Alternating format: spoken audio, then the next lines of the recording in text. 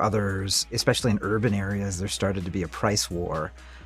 Talk to me about how you approached that. Like, because you took a very sort of contrarian view of it and ended up mainly focusing on suburbs instead of fighting it out in sort of battleground cities. One of the things that we noticed at the time was, you're right, it was a crowded space, lots of people more successful at raising capital than we were. They all went into perhaps the expected geographies.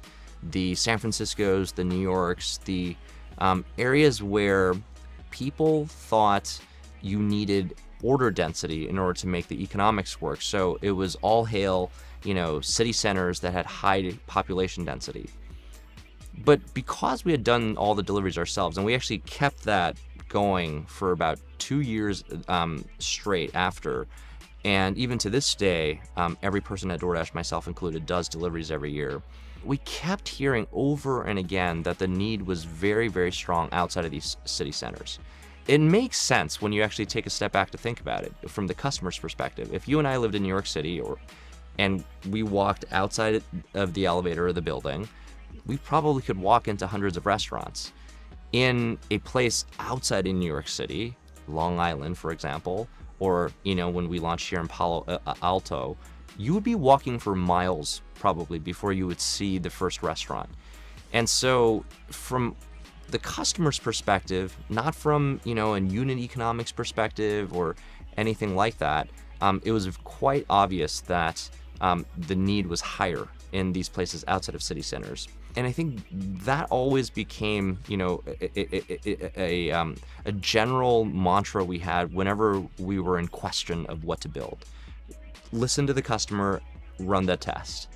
And that was certainly one of the things, early on that we made a very large bet on, that if this industry were to be created, it would actually be created outside of the city centers. If you look back over the last 10 or 12 years in this industry, the majority of the growth came from these places outside of city centers. Obviously, we didn't have the data to prove it at the time, but what we did have was the conviction in doing these deliveries ourselves that there was a chance that could be true.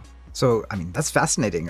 From the outside, it always felt like, oh, well, logically speaking, like somehow maybe gross margin would be higher, or CAC would be lower in the suburban areas, and somehow, like from the spreadsheet view, some sort of like quant-based analysis would cause you to, sort of choose suburbs. But what I'm hearing is actually, certainly that might have been true, but like being super customer obsessed was like the number one reason.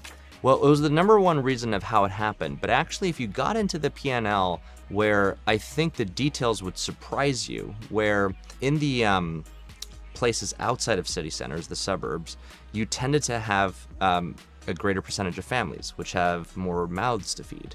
As a result, you tended to have higher baskets. Higher baskets meant larger revenues. You also tended to have easier ways to find parking.